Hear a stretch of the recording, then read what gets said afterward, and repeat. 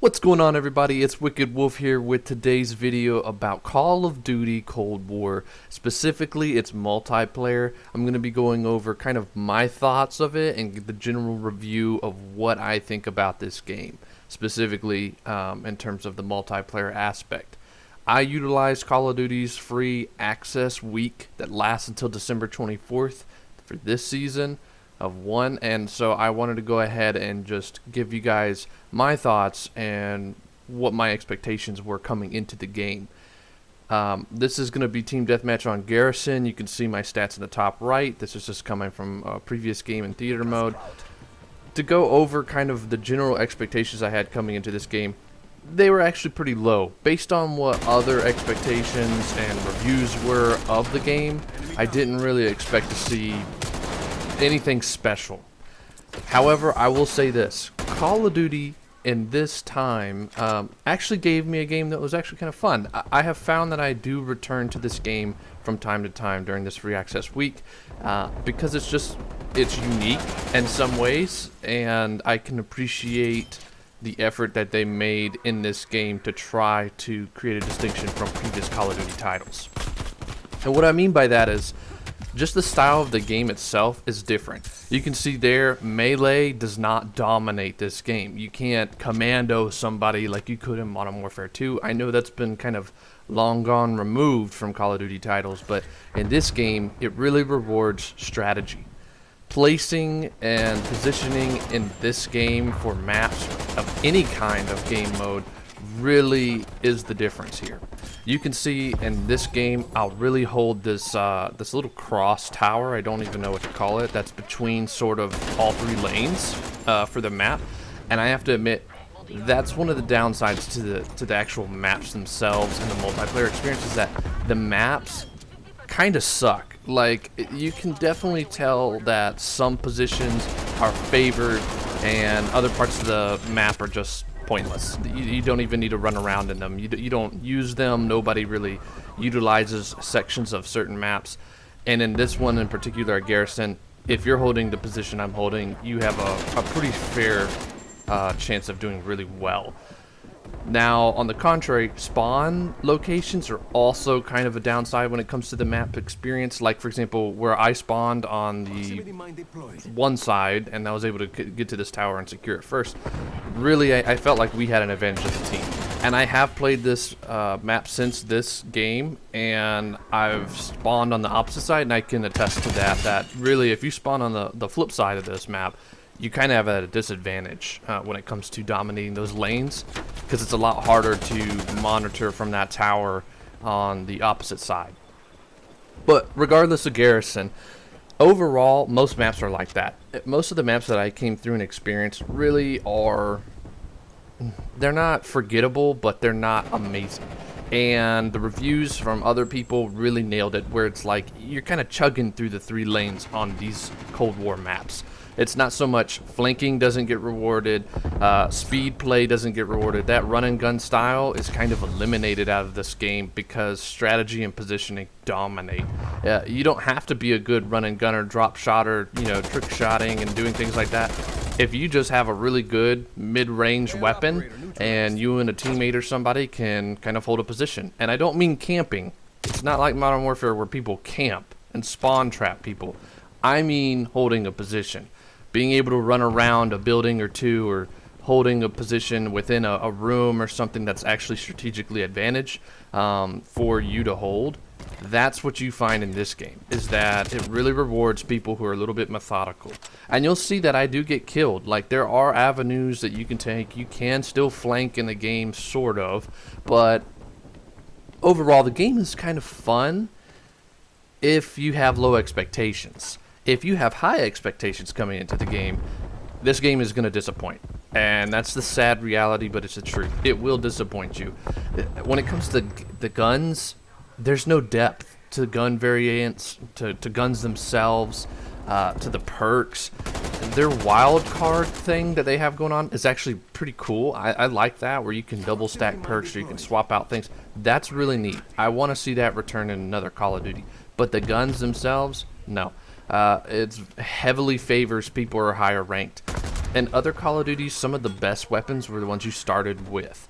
In this Call of Duty, it's honestly, if you have a bullfrog and you have certain attachments, it's the meta. It's going to destroy pretty much everything that you come around the corner with.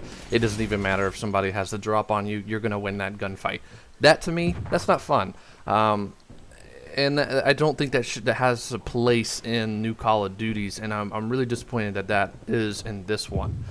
You can see that I'm using, I think this is the Crew 6. I noticed very quickly in the first like 2 matches of playing online that this gun itself was really dominated by players, and it makes sense. It's a mid-range weapon that, as you can see, wins most fights. If you get slight drop on somebody, you're probably gonna get the kill, unless of course they have something like the bullfrog.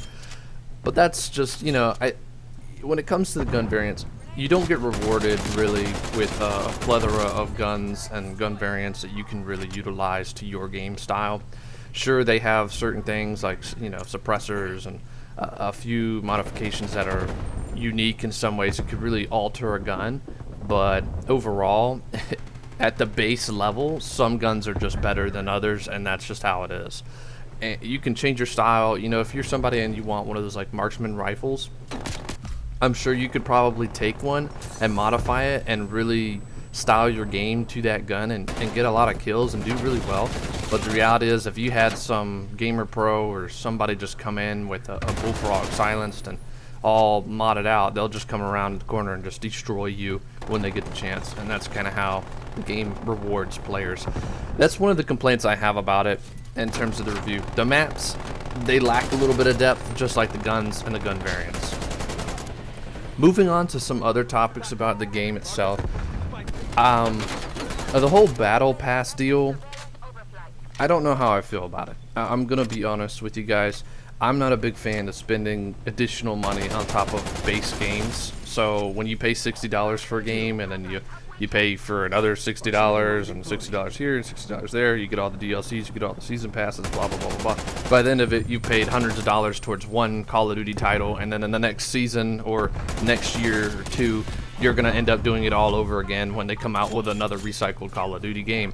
And I don't mean that with any disrespect, it's just the facts. And for me, I don't feel comfortable blowing that kind of money just for a Call of Duty title. I mean, I like video gaming, I love being a gamer, but I don't love it that much. I'd rather go do some other stuff with my life with that kind of money.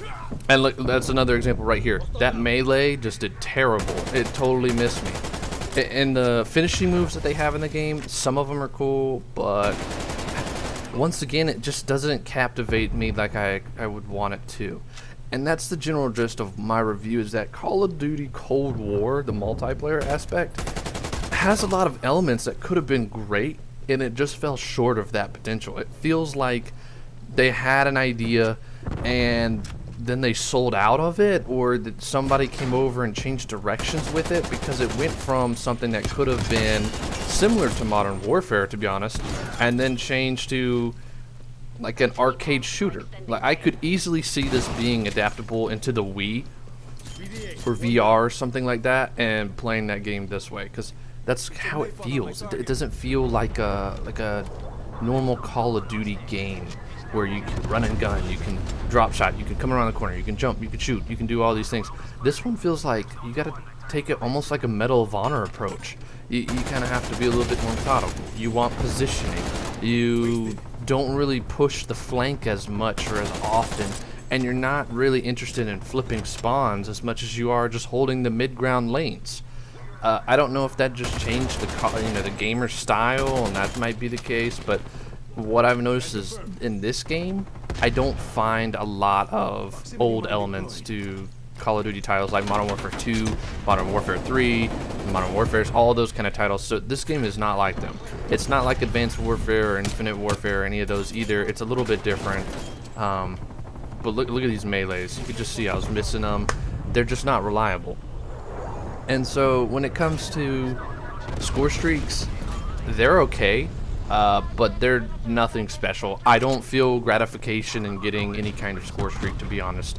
And there's no nukes, so if you get a nuclear medal, that's all you get. That to me is just not fun. And so that kind of wraps up the game mode. That's the finishing kill. My final thoughts on the Call of Duty title are basically that it had potential. It just fell short of it.